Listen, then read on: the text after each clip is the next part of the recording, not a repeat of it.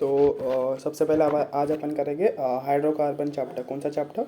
Hydrocarbon chapter. ठीक है।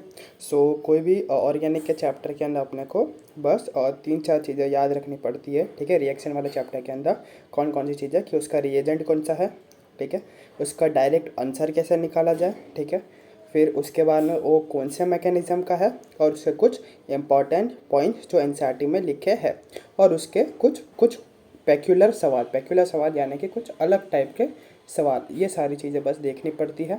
इतनी सारी चीज़ें कर लिया तो सारे सवाल बन जाएंगे। इसी के आसपास सारे सवाल आएंगे, घुमा घुमा के पूछेंगे। तो सबसे पहले अपन स्टार्ट करते हैं इस चैप्टर को। ठीक है।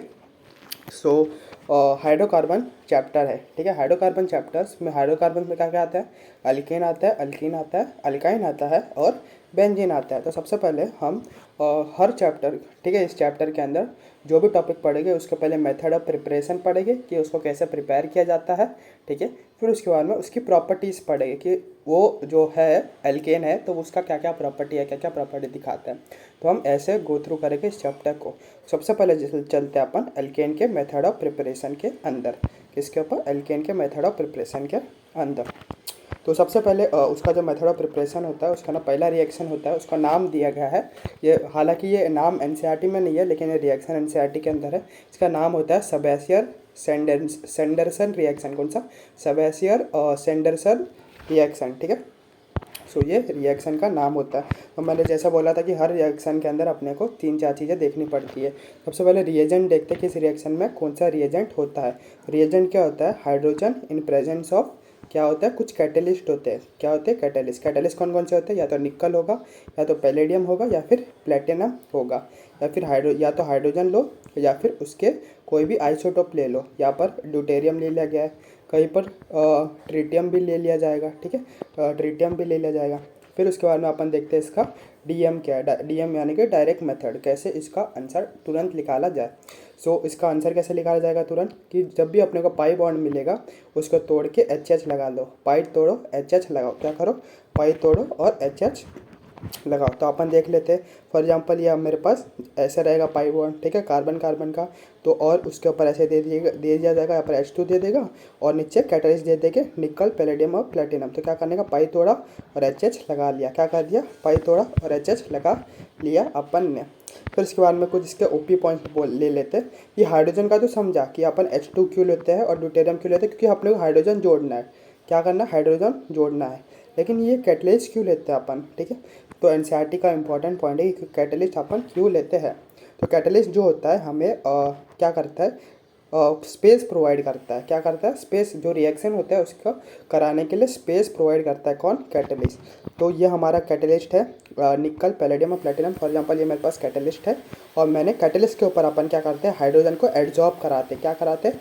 एडजॉर्ब कराते हैं। पहले मैंने एक कैटलिस्ट ले लिया, उसके बाद मैंने हाइड्रोजन को क्या कर लिया? एडजॉर्ब करा लिया। ठीक है, चिपका दिया हाइड्रोजन को। फिर उसके ऊपर अपन एक अल्कीन लेते हैं, और उसको अल्कीन को इस एडजॉर्ब वाले कैटलिस्ट पे गिरा देते हैं, जिससे पाई बॉन्ड क्या हो जाता है? टूट जाता है। तो समझ गया कैटलिस्ट का क्या काम है? कैटलिस्ट का काम है स्पेस प्रोवाइड करना रिएक्शन के लिए। जो कैटलिस्ट के ऊपर अपन क्या करेंगे? हाइड्रोजन को एडजॉर्ब कराएंगे, मतलब हाइड्रोजन के पार्टिकल्स को कैटलिस्ट के ऊपर डालेंगे और उसके ऊपर अल्कीन गिराएंगे तो उसका पाई बॉन्ड टूट जाएगा और एच बन जाएगा। ठीक है। अब हमारे पास एक आता है कि कौन सा कैटलिस्ट ले। 3 कैटलिस्ट है, निकल है, पैलेडियम है और प्लेटिनम है। तो इन तीनों में से कोई तो एक बेस्ट कैटलिस्ट होगा ही, है ना। तो हमारे कैटलिस्ट का काम क्या था? स्पेस प्रोवाइड करना। तो जो कैटलिस्ट सबसे ज़्यादा स्पेस प्रोवाइड कराएगा वो सबसे अच्छा हमारे पास होगा। क्या होगा? वो सबसे अच्छा हमारे पास कैटलिस्ट होगा। ठीक है। तो सबसे ज़्यादा स्पेस कौन प्रोवाइड करेगा? जिसका साइज़ बड़ा होगा, जिसका डी ऑर्बिटल का साइज़ बड़ा होगा। तो निकल जो होता है वो कौन से 3D सीरीज़ का आता है। ठीक है। प्लेटिनम 4D सीरीज़ का है, या पैलेडियम 4D का है, और प्लेटिनम 5D का है। तो प्लेटिनम सबसे बड़ा है, इसलिए वो सबसे अच्छा कैटलिस्ट है। क्या है? सबसे अच्छा कैटलिस्ट। तो वही रीज़न मैंने लिखा है कि डी ऑर्बिटल का साइज़ जितना बड़ा रहेगा, जो जितना 5D सीरीज़ का रहेगा, ठीक है, उसका कैटलिस्ट एक्टिविटी ज़्यादा रहेगा, मतलब वो अच्छा बेस्ट कैटलिस्ट रहेगा। तो एनसीईआरटी में उसी को थ्योरी फॉर्म में क्या लिखा गया है कि जो निकल जो है ना, निकल उसको काम करने के लिए हाई टेम्परेचर चाहिए। लेकिन जो पैलेडियम और प्लेटिनम है उनको रूम टेम्परेचर पे ही काम कर लेते हैं। रूम टेम्परेचर पे काम क्यों करते हैं? क्योंकि उनका साइज़ बड़ा है, साइज़ बड़ा है तो आराम से इजीली कैटालिटिक एक्टिविटी कर लेते हैं। इसलिए निकल का साइज़ छोटा है तो कैटालिस्ट अच्छा नहीं है, इसलिए उसको हाई टेम्परेचर देना पड़ेगा, एंडोथर्मिक रिएक्शन करना पड़ेगा। नॉन स्पॉन्टेनियस है इसलिए इसको एनर्जी देनी पड़ेगी, ठीक है, हाई टेम्परेचर देना पड़ेगा। लेकिन जो बचे हुए दो है उनको हाई टेम्परेचर नहीं थे, फिर भी वो काम कर लेते हैं। इसलिए सबसे बेस्ट कैटलिस्ट कौन हो गया? प्लेटिनम सबसे अच्छा हो गया, फिर उसके बाद में पैलेडियम और उसके बाद में निकल, और तीनों के अंदर रिएक्शन हो जाती है। तो ऐसे ही हम क्या करेंगे, हर एक रिएक्शन को पढ़ेंगे, ठीक है। तो उसका क्या पढ़ेंगे, सबसे पहले रिएजेंट देख लेंगे, डीएम देख लेंगे यानी डायरेक्ट मेथड, फिर उसका थोड़ा बहुत मैकेनिज्म देख लेंगे और उसके कुछ ओपी पॉइंट जो एनसीईआरटी में दिए गए हैं। तो फर्स्ट रिएक्शन हमारा ऐसा हो गया है। फिर उसके बाद में हम देखते हैं कुछ उसके इंपॉर्टेंट सवाल देख लेते हैं। पहला सवाल क्या बोलता है कि फॉर एग्जाम्पल एक प्रोडक्ट दिया गया है और हमारे पास 1 मोल H2PT डाला गया तो ये प्रोडक्ट बना गया है। तो इसका डिग्री ऑफ अनसैचुरेशन पूछा गया है।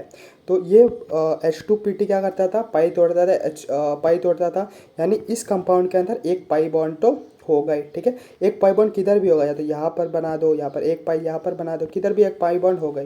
और डिग्री ऑफ अनसैचुरेशन कितना होता है, एक पाई का DU 1 होता है और एक रिंग का DU कितना होता है, 1 होता है। यहाँ पर 2 रिंग तो दिख रहे हैं, मतलब DU 2 तो हो गई और एक पाई भी होगा तभी तो ये प्रोडक्ट बना, तभी तो ये 1 मोल यूज़ होगा, ठीक है।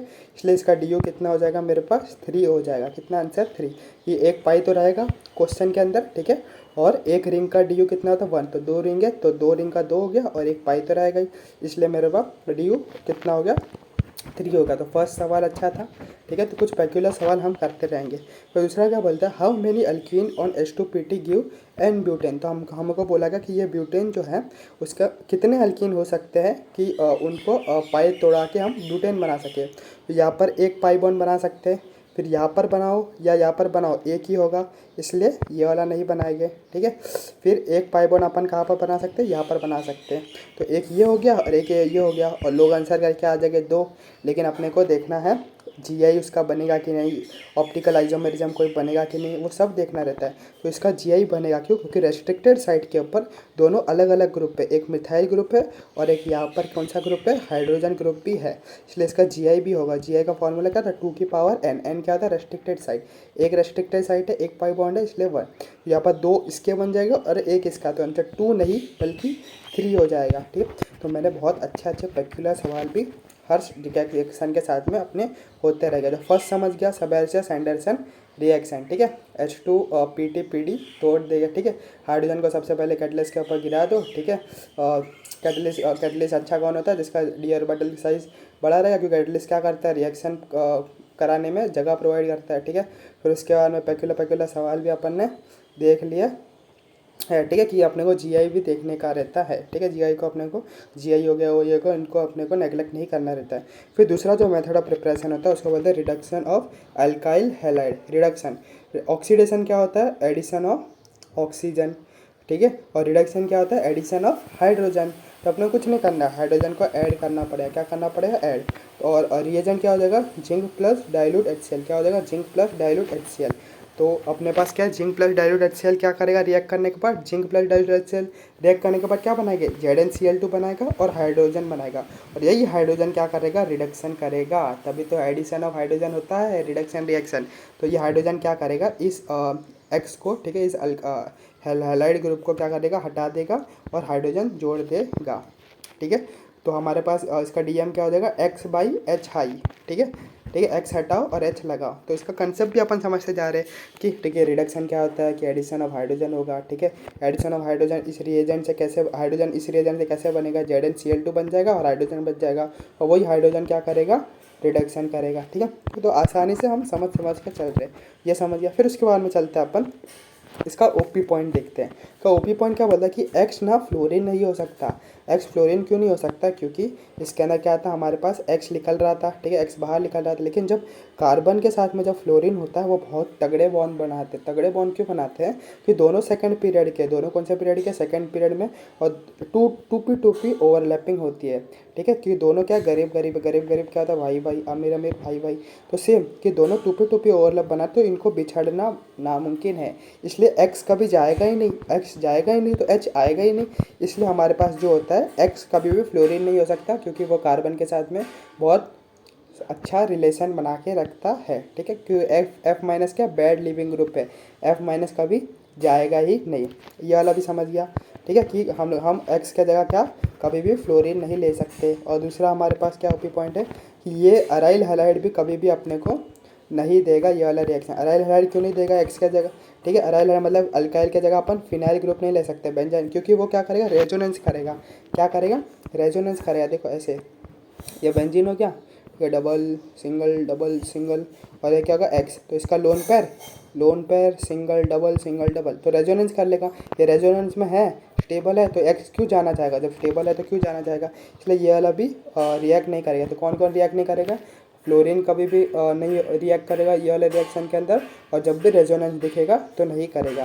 तो क्वेश्चन देखता है अपने को, बोलता है कि वही अराइल हैलाइड दिया है और ZnH+ दिया है, तो इसका कोई रिएक्शन होगा क्या, नहीं होगा, क्योंकि ये लोन पर इसके साथ में रेजोनेंस के अंदर। लेकिन ये अगला वाला देखो, ये अराइल हैलाइड है लेकिन ये क्या बेंजाइल हैलाइड है, ये रेजोनेंस इसका लोन पर इसके साथ रेजोनेंस नहीं कर रहा है। रेजोनेंस कब कर रहा है, जब डायरेक्ट जुड़ा हो, लेकिन बीच में कार्बन आ रहा है, इसलिए ये वाला क्या कर लेगा रिएक्शन करेगा। रिएक्शन में क्या होता है, DM क्या था, एक्स हटाओ और H लगाओ, तो एक्स हटा के H लगा लिया तो हमारे पास क्या बन जाएगा, टॉल्यूइन बन जाएगा। क्या बन जाएगा, टॉल्यूइन बन जाएगा, ठीक है।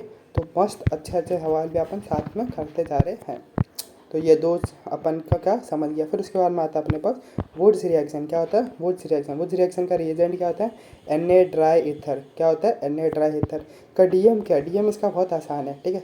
क्यों RX दिया जाएगा, अल्काइल हैलाइड अपने को दिया है, कुछ नहीं करना है अपने को, क्या बनाना है मिरर इमेज बनाना, कि इसको ऐसा तोड़ा, इसका मिरर इमेज बनाया और मिरर इमेज को जोड़ दिया, कि फ्री रेडिकल बनाया तोड़ के उसका मिरर इमेज बनाया, फिर उसके बाद में उसको क्या कर दिया जोड़ दिया, तो मिरर फ्री रेडिकल बना के मिरर इमेज बना के जोड़ दो, तो ये इसका क्या हो जाएगा DM हो जाएगा। क्या हो जाएगा इसका DM हो जाएगा। इसका ओपी पॉइंट देख लेते हैं कि मिथेन नहीं बन सकता। मिथेन क्यों नहीं बन सकता, क्योंकि हमेशा देखो ना कुछ जुड़ रही है, क्योंकि 2 कार्बन मिनिमम हो गई, मिथेन में तो 1 कार्बन होता है, इसलिए मिथेन नहीं बनेगा। इसलिए हमेशा क्या बनेगा 2 कार्बन का बनेगा और मीथेन नहीं बनेगा इसके अंदर। फिर एक चीज़ हम देखते हैं कि हमने यहाँ पर ड्राई ईथर क्यों लिया, ड्राई ईथर को क्यों लिया, खाली सोडियम क्यों नहीं लिया, ड्राई ईथर की ज़रूरत पड़ी क्यों अपने को, क्योंकि सोडियम अपने को पता है, ठीक है। सोडियम का रिएक्शन भी अपन ने देखा रहेगा, ठीक है। बहुत एक्सपेरिमेंट स्कूल में भी होता था कि अगर सोडियम को अगर पानी है, पानी के अंदर सोडियम डाल दो तो पूरा आग लग जाता है, ठीक है। एक्सोथर्मिक रिएक्शन हो जाता है, आग ही आग लग जाती है। इसलिए हम क्या करते हैं, ताकि सोडियम के साथ में कहीं से भी पानी ना आ जाए, उसको बचाने के लिए हम ड्राई ईथर रखते हैं, जिससे पानी उससे रिएक्ट ना कर पाए। ड्राई ईथर सॉल्वेंट की तरह रहता है, क्योंकि सोडियम और पानी क्या कर लेते हैं, हाईली एक्सोथर्मिक रिएक्शन कर लेते हैं। इसलिए हम क्या लेते हैं, ड्राई ईथर को लेते हैं, खाली सोडियम नहीं लेते, सोडियम ड्राई ईथर लेते हैं। समझ क्या रहेगा ये वाला भी। फिर एक ओपी पॉइंट क्या बोलता है कि अगर ये वुड्स रिएक्शन इंट्रामोलिकुलर और इंटरमोलिकुलर के अंदर, तो इंट्रामोलिकुलर को ज़्यादा प्रायोरिटी देने का मतलब अंदर ही अंदर ज़्यादा बना देने का, बस एंटी एरोमेटिक नहीं बनना चाहिए। तो हम ये क्वेश्चन के थ्रू देख लेंगे तो अच्छे से समझेगा, ठीक है। तो बस ये देखो कि इंट्रामोलिकुलर इंटर से ज़्यादा होता है, और इंट्रा कब नहीं करना है, जब एंटी एरोमेटिक बन रहा रहेगा, ठीक है। ऑब्वियसली एंटी एरोमेटिक क्या होता है, अनस्टेबल होता है, जब अनस्टेबल बना रहेगा तो इंट्रा क्यों होगा, फिर इंटर ही होगा, ठीक है। तो ये वाला पॉइंट्स भी अपन ने देख लिया उस रिएक्शन का। फिर आगे चलते हैं अपन, ठीक है। फिर हमें पूछ लेता है कभी कभी स्टेटमेंट के अंदर कि which of the following is the preferred product for the Wurtz reaction. तो प्रिफर्ड बोल दिया जाए तो इवन नंबर ऑफ कार्बन ही लेने का। इवन नंबर ऑफ कार्बन क्यों लेने का, क्योंकि अपने पास क्या था RX था, तो ये टूटेगा तो ऐसे, फिर RR, जब भी मिरर इमेज बनेगा तो इवन ही बनेगा ना, कि 1 का 2 हो जाएगा, 2 थे 2 कार्बन के थे तो 4 कार्बन का बनेगा। तो प्रिफर्ड हमेशा इवन नंबर के प्रोडक्ट ही बनेगा, तभी तो मीथेन अपना नहीं बनता था कि वो क्या ऑड नंबर 1 नंबर है। लेकिन कोई पूछे कि इवन नंबर कभी नहीं बन सकता, मीथेन तो चलो कभी नहीं बन सकता क्योंकि वो अकेला, लेकिन इवन नंबर कभी नहीं बन सकता है जब अलग अलग अल्काइल हैलाइड ले। कब ले, अलग अलग अल्काइल हैलाइड ले, ठीक है।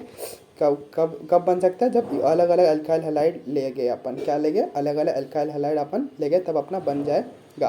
फॉर एग्जाम्पल अलग अलग अपन ने ले लिया, एक R1X ले लिया, एक R2X ले लिया, तो क्या क्या रिएक्शन हो सकते हैं, सोचो।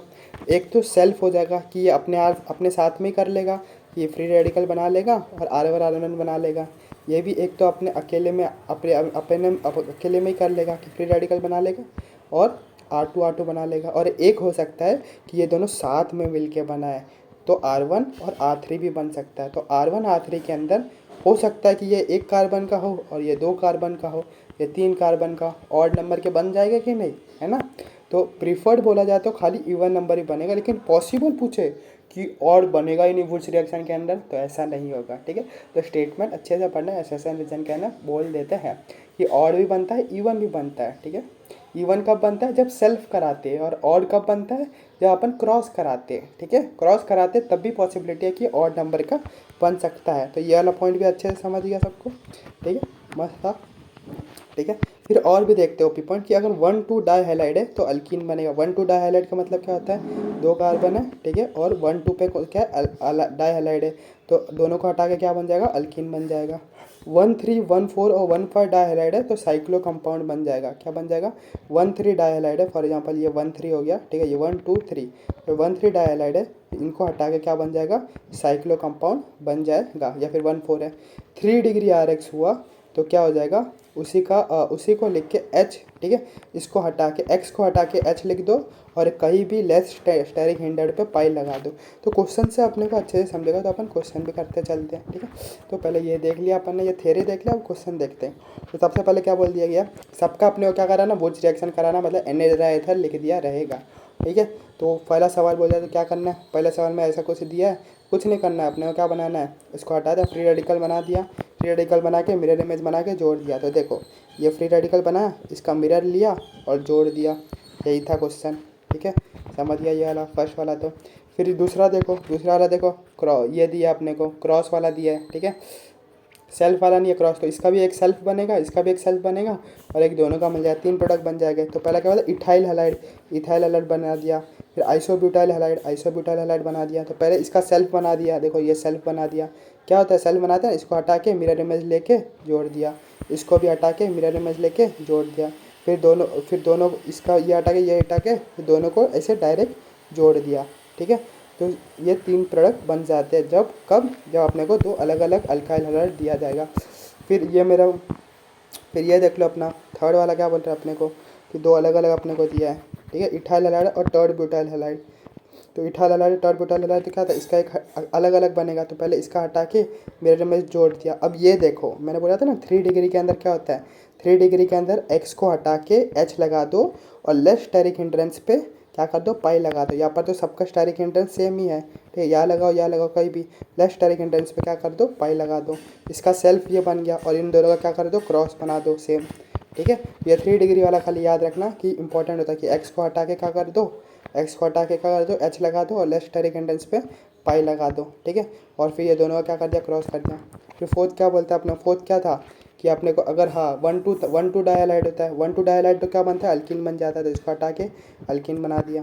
ये क्या मेरे पास 1,3 डाइहाइलाइड है, 1,3 डाइहाइलाइड क्या बनता है अपने पास, क्या बनता है, साइक्लो कंपाउंड बनता है। क्यों साइक्लो, क्यों, इसका मिरर इमेज अपन ने क्यों नहीं लिया, मिरर इमेज क्यों नहीं लिया अपन ने, क्योंकि intramolecular reaction is faster than inter, बस एंटी एरोमेटिक नहीं बनना चाहिए। अगला देख लो ये वाला कंपाउंड, ठीक है, इसके अंदर इसका हटा के अपन ने क्या कर दिया, इसको देखो अगर इसका ना सेल्फ में बना दूँ, ऐसे ऐसे कर दूँ मिरर इमेज, बिना मिरर इमेज लिए, ठीक है, इंट्रामोलिकुलर, तो ये नहीं माना था। क्यों, क्योंकि इसका ना 4 पाई इलेक्ट्रॉन है, एंटी एरोमेटिक है, 4 पाई इलेक्ट्रॉन होता है, एंटी एरोमेटिक होता है हक्कल्स रूल से। तो यहाँ पर मैंने लिखा था ना कि इंट्रामोलिकुलर इंटर ज़्यादा होता है, बस एंटी एरोमेटिक नहीं बनना चाहिए, लेकिन यहाँ पर एंटी बन गया, तो इसलिए अपने को यहाँ पर मजबूरी के अंदर अपने को इंटर करना पड़ेगा, क्या करना पड़ेगा, इंटर करना पड़ेगा, ये प्रोडक्ट राइट होगा और ये गलत हो जाएगा। तो वो रिएक्शन समझ गया, ठीक है, सही था, आसान था, ठीक है। फिर उसके बाद में अपन देखते हैं अपन सोडा लाइम डिकार्बोक्सिलेशन, तो वही अभी सब अच्छे से समझेगा, एकदम सब आसान है, ठीक है। रिएजेंट देख लिया कि NaH क्या होता है, Ca होता है, DM भी देख लिया, DM क्या होता है अपने पास, COOH हटाओ, COON हटाओ और H लगा दो, ठीक है, और बचा हुआ क्या ये साइड प्रोडक्ट बन जाता है, ठीक है। तो ये DM भी देख लिया, ये हटाओ और H लगा दो। फिर OP पॉइंट क्या है, इसका ना मीथेन बन जाएगा, क्यों, क्योंकि इसका ना कुछ फ्री रेडिकल टाइप कुछ है नहीं, ठीक है ना, फ्री रेडिकल कुछ टाइप है नहीं, मिरर टाइप है नहीं कि एक कार्बन का रहेगा तो एक कार्बन का बन जाएगा और मीथेन भी बन जाएगा यहाँ पर। और ये वाला इंपॉर्टेंट है, ये अपने को रटना पड़ेगा, क्योंकि ये मैकेनिज्म का है, मैकेनिज्म इस रिएक्शन के अंदर इंपॉर्टेंट नहीं है, एनसीईआरटी के अंदर भी नहीं है, ठीक है। तो मैकेनिज्म के अंदर से अपने को पता चलता है कि जो ये रेट ऑफ रिएक्शन होता है सोडियम लाइम डिकार्बोक्सिलेशन का, वो कार्बो एनायन के डायरेक्टली प्रोपोर्शनल होता है। किसके होता है, कार्बो एनायन के डायरेक्टली प्रोपोर्शनल होता है, और ये एनसीईआरटी एग्जाम्पलर के क्वेश्चन में भी दिया गया है, ठीक है। एनसीईआरटी एग्जाम्पल में भी इसका क्वेश्चन पूछा गया था, हल्के में मत लेना। एनसीईआरटी में जो भी दिया है सब मेरे नोट्स में, ठीक है। बाहर का इरेलेवेंट कुछ भी नहीं है नोट्स में, सब रेलेवेंट है, सब में से क्वेश्चन पूछने के पूरे 100% चांसेस है, ठीक है। तो ये वाला क्वेश्चन अपने को क्या बोलते हैं, तो वही बोला कंपेयर कर लो, तो इन बोल दिया कि इन दोनों में कंपेयर करो कि कौन ज़्यादा अच्छे से सोडा लाइम डिकार्बोक्सिलेशन देगा, कौन ज़्यादा अच्छे से सोडा लाइम डिकार्बोक्सिलेशन देगा। तो अभी मैंने बोला कि डायरेक्ट प्रोपोर्शनल क्या होता है, कार्बो एनायन के स्टेबिलिटी के हो जाते हैं। यहाँ पर देखो कि ये दोनों सेम ही है स्ट्रक्चर, खाली यहाँ पर मेरे को -I दिख रहा है, -I दिख रहा है, तो -I NO2 क्या है, NO2 क्या है, -I है ना सलमान, ना ऋतिक शाहरुख, ना हिमेश, ना ओमपुरी सलमान, ठीक है। ना फरहान, ना ऋतिक शाहरुख, ना हिमेश, ना ओमपुरी सलमान, पढ़ा था ना -I का, या -I है। तो अभी तो बोला कार्बोनाइन के डायरेक्ट स्टेबल है, तो ये ज़्यादा कार्बोनाइन स्टेबल ये करेगा, तो ये ज़्यादा रिएक्टिव है सोडा लाइम डिकार्बोक्सिलेशन की तरफ, ठीक है। ये भी अपने को समझ चुका है सोडा लाइम डिकार्बोक्सिलेशन। फिर आता है इलेक्ट्रोलाइटिक कोलबे डिकार्बोक्सिलेशन। डिकार्बोक्सिलेशन का मतलब क्या होता है, CO2 का हटना, ठीक है। जैसे यहाँ पर भी CO2 हट रहा था ना कि COH हटाओ और H लगाओ, ठीक है। यहाँ पर CO2 ही हट रहा था, ठीक है। यहाँ पर क्या कर रहा था, CO2 हट रहा था और खाली H बच रहा था। सेम टू सेम यहाँ पर भी क्या हो जाएगा, ठीक है। डिकार्बोक्सिलेशन मतलब CO2 तो हटेगा ही, ठीक है। और इसका DM क्या है, DM क्या है, वुड्स रिएक्शन जैसे ही है, कुछ नहीं। क्या कर दो, वुड्स रिएक्शन में क्या कर देते हैं, मिरर इमेज बना के क्या कर दो, जोड़ दो। तो सेम टू सेम इसमें करना है। यहाँ पर वुड्स में भी मिथेन नहीं बनता था, तो यहाँ पर भी मिथेन नहीं बनेगा, ठीक है। यहाँ पर भी क्या करेगा, मिथेन नहीं बनेगा। वुड्स के अंदर भी 1,2 डाई होता था तो एल्किन बनता था, यहाँ पर भी मेरे पास 1,2 डाई हुआ तो मेरे पास क्या बनेगा, एल्किन बनेगा। यहाँ पर बस कुछ इंपॉर्टेंट OP पॉइंट है, उनको अपने को याद रखना है, ये मैकेनिज्म का ही पार्ट है, ठीक है। कैथोड पे क्या बनेगा, H2 बनेगा, हमेशा कैथोड पे H2 ही बनता है। कोई भी इलेक्ट्रोलाइसिस हो तो कैथोड के ऊपर तो अपने को H2 ही बनता है, ये तो बेसिक सा है, ठीक है, याद रहता है ये। बस एनोड पे याद रख लो कि जो डिकार्बोक्सिलेशन है मतलब क्या बनेगा, CO2 तो लिख लेगा ही, ठीक है। तो CO2 बच्चे हुए क्या जो भी है CO2, और जो अल्केन जो अपना मेन प्रोडक्ट है वो कहाँ पर लिख लेंगे, एनोड पे बनेंगे, ठीक है। ऐसा याद रख लो कि कैथोड पे तो हमेशा H2 बनेगा ही, ठीक है, H2 बनता ही है। और जो बचे हुए जो भी है वो कहाँ पर बनेंगे, एनोड पे बनेंगे, मतलब CO2। और जो अपना जो बचा अल्केन वो कहाँ पर बनेंगे, एनोड पे बनेंगे। Nature of the reaction, nature of the solution after the electrolysis process. तो नेचर क्या हो जाता है, बेसिक, मतलब pH बढ़ जाता है, ठीक है। तो बेसिक होता है nature of the solution after the electrolysis, ठीक है। तो ये मैकेनिज्म का ही पार्ट है, ठीक है। मैकेनिज्म इसका एज सच इतना डिटेल में करने की ज़रूरत नहीं है, बस ये सारे पॉइंट्स अपने को याद रखना पड़ेगा कि कैथोड पे क्या बनता है, H2 बनता है, या बच्चे कहाँ पर बन जाएगा, एनोड पे बन जाएगा। और pH क्या होता है, बढ़ता है रिएक्शन के बाद में, ठीक है, अपने आप क्या बनता है, pH बढ़ जाता है और बेसिक हो जाता है, ठीक है। फिर इसका रिलेटेड क्या कर लेते हैं, क्वेश्चन पे कर लेते हैं, ठीक है। तो मैंने बोला था ना, ये IUPAC अपने को करना जरूरी है, क्योंकि हमेशा आगे वाले चैप्टर्स में आते ही रहेगा IUPAC, ठीक है। पोटेशियम एसीटेट, ये क्या कॉमन नेमिंग है, ठीक है, एसीटेट, पोटेशियम एसीटेट। एट मतलब कोई एक सॉल्ट है, किसका सॉल्ट है, पोटेशियम का सॉल्ट है। और एसी मतलब एसी का मतलब होता है 2 कार्बन, तो 2 कार्बन वाला पोटेशियम का और पोटेशियम का सॉल्ट है, तो 2 कार्बन वाला पोटेशियम का सॉल्ट बना दिया अपन ने, ठीक है। फिर इलेक्ट्रोलाइसिस क्या होता था, इसका क्या कर लो, फ्री रेडिकल बना के वो रिएक्शन जैसा फ्री रेडिकल मिरर में बना लो, ठीक है, तो इथेन बन जाएगा।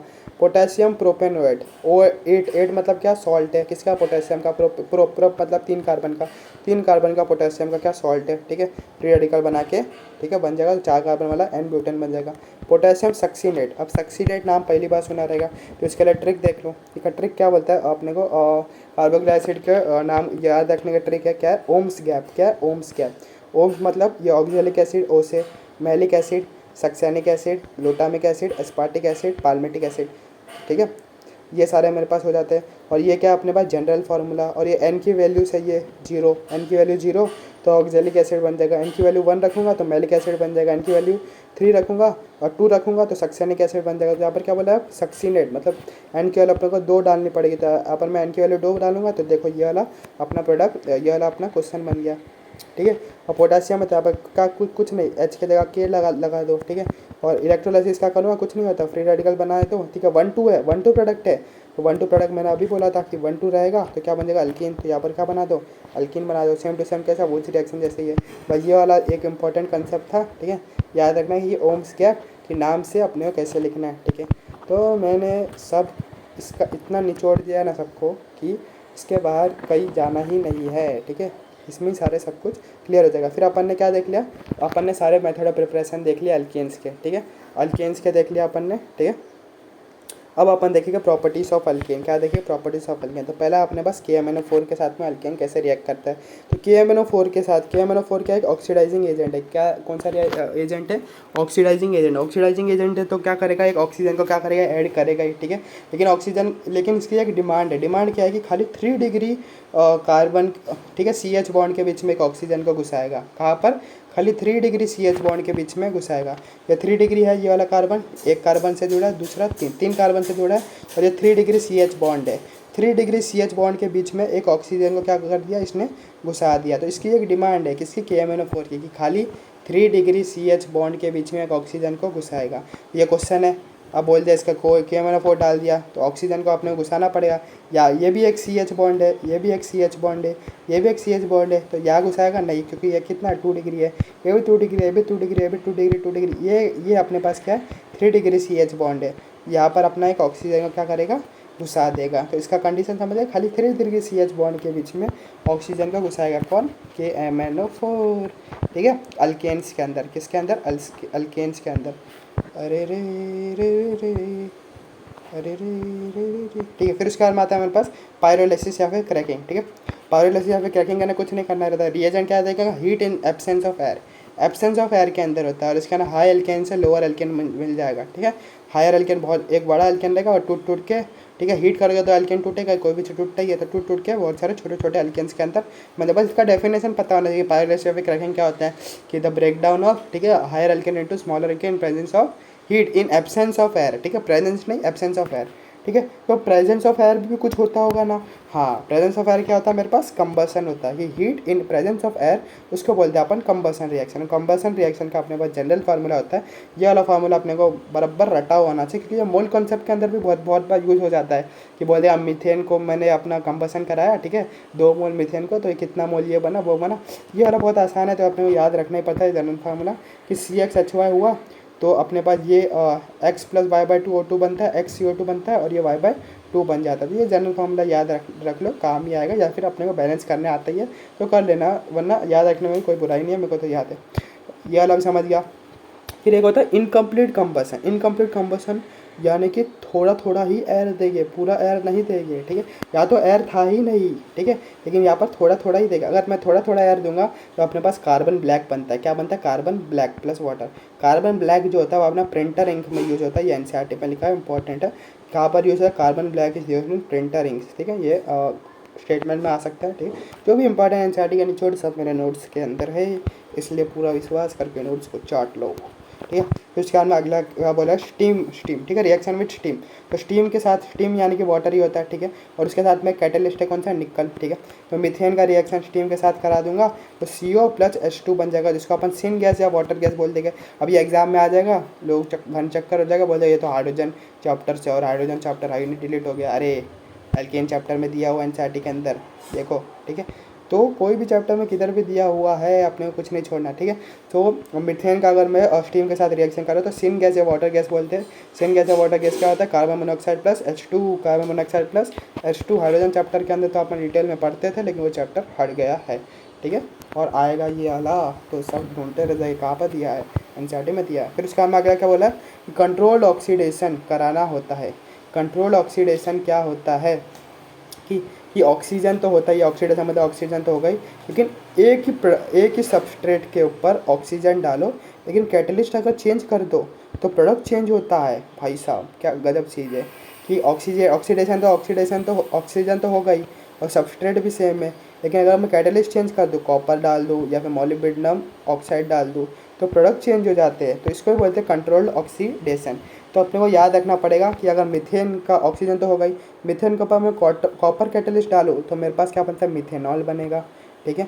मीथेन के ऊपर मैं मोलिब्डेनम ऑक्साइड डालूँ तो मेरे पास क्या बनेगा, मीथेनॉल बनेगा। इथेन के ऊपर मैं मैग्नीज एसीटेट डाल दूँ तो मेरे पास एसिटिक एसिड बन जाएगा। इसको याद रखने के लिए छोटा सा एक मैंने ट्रिक बनाया है, ठीक है। याद उससे रखना है तो रखो, और अपने ट्रिक बना लो या फिर ऐसे ही याद रख लो। मेरे को तो मेरे ट्रिक से याद रहता है। क्या बोलता कि दारू क्यों पीना है, ठीक है, मुंह से नल का पानी पी लो ना दारू की जगह, ठीक है। दारू क्यों मतलब अल्कोहल कब बनेगा, ठीक है, कॉपर से। मतलब मीथेन के ऊपर कॉपर दे दिया तो आपने को याद रखना है उसी का ही अल्कोहल बनाना, मतलब मीथेनॉल बनाना है। तो दारू क्यों पीना है, ठीक है। मुंह से नल का पानी पी लो, मुंह से मोलिब्डेनम, नल का पानी, नल नल यानी कि मिथेनल का पानी पी लो, मतलब मोलिब्डेनम दिया है तो मुंह से नल का पानी, नल मतलब मिथेन का मिथेनल कर दो और पानी ला दो, ठीक है। फिर उसके बाद में क्या, एस का मतलब क्या था, 2 कार्बन, मैंने अभी बताया। एस का मतलब क्या था, 2 कॉमन नंबर का कॉमन नेमिंग के अंदर पड़ता है। तो इथेनॉल है, मैग्नीस एसीटेट है, तो अभी मैग्नीस एसीटेट डाल दिया तो ये 2 कार्बन का क्या बना दो, एसिड बना दो, ख़त्म, और बचा हुआ पानी, ठीक है। तो कितना आसान ट्रिक हो गया कि दारू क्यों, मुझसे पानी पी लो, ठीक है। फिर इसका में क्या हो जाएगा, एस में यानी कि 2 कार्बन, तो 2 कार्बन का कर दो, एसिड बना दो, ठीक है। इस एसिड से क्या हो जाएगा, एसिड से एसिटिक एसिड, ठीक है, ठीक है। इसमें भी एस है, इसके अंदर भी एस है, तो एसिटिक एसिड बन जाएगा, ठीक है। याद रखने की क्या ट्रिक भी मिल गई। फिर अगला क्या है अपने पास, एरोमेटाइजेशन, तो एरोमेटिक कंपाउंड बनता है, ठीक है। तो रिएजेंट क्या होगा, ऑक्साइड्स हो गए किसी के, किसके, वर्णाकार में आओ, ठीक है। वेनेडियम के हो गए, क्रोमियम के, मोलिब्डेनम, एल्यूमिनियम, इनके ऑक्साइड्स हो गए, ठीक है। फिर तो डीएम क्या होगा इनका देख लेते हैं, डीएम देख लेते हैं अपन। डीएम क्या, एरोमेटिक कंपाउंड बना, एरोमेटिक कंपाउंड तो अपने क्या होते हैं, बेंजीन्स वाले ही होते हैं, मतलब 6 कार्बन के वाले कंपाउंड से। अगर 6 कार्बन का हो तो अपने को क्या बनाना, बेंजीन रिंग बनाना है, क्या करना है, बेंजीन रिंग बनाना है। और 6 का और मोर देन 6 कार्बन हुआ तो बेंजीन रिंग बनाना ही है, और जितने ज़्यादा कार्बन हो गए उतने ब्रांच लगाते जाओ।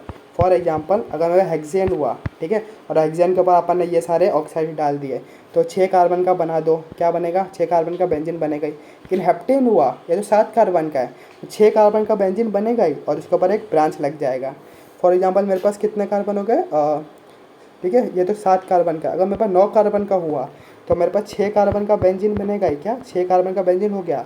बचे हुए 3 कार्बन का मैं क्या कर दूंगा, ब्रांच लगा दूंगा, और इसको क्या बोलते हैं, क्यूमिन बोलते हैं। और ये क्यूमिन अपने को आगे पढ़ते हैं अपन फिनॉल चैप्टर के अंदर, क्यूमिन हाइड्रोपेरोक्साइड मेथड के अंदर, कि OOH बना देते हैं, एसीटोन बन जाता है, फिनॉल बन जाता है, ठीक है, क्यूमिन। तो 9 कार्बन का क्या बन जाएगा, क्यूमिन बन जाएगा, ठीक है। और ये एडवांस में आ चुका है 9 कार्बन वाला, 9 कार्बन हुआ तो क्यूमिन बनता है, ठीक है। लेकिन नीट में आएगा कि नहीं क्या पता, ठीक है, पढ़ लो। फिर आगे क्या बोला अपने को, आइसोमराइजेशन, आइसोमराइजेशन रिएक्शन के अंदर क्या होता है अपने पास, कि रिएजेंट हो जाएगा एनहाइड्रस AlCl3 + HCl, ठीक है। और डीएम क्या होता है इसका, ठीक है, एक कार्बन कम करके ब्रांचिंग करता था। फॉर एग्जांपल ये कार्बन है, एक ब्रांच है, ठीक है, एक कार्बन कम करके मैंने एक ब्रांच लगा लिया तो आइसोमर बन गया उसका। आइसोमर चैप्टर का ना अपन पढ़ते हैं, स्ट्रक्चर आइसोमर, ठीक है, और पोजीशन, चेन, रात में FM चलाओ प्यार से, ठीक है। तो आइसोमराइजेशन चैप्टर का खाली अपने को क्या, इसमें क्या करना है, रिएजेंट याद रखना है, और एक कार्बन हटा के एक एक ब्रांच लगाते जाओ। ये अभी अपने को आ चुका है। देन अपन देखते हैं हेलोजिनेशन रिएक्शन, ठीक है।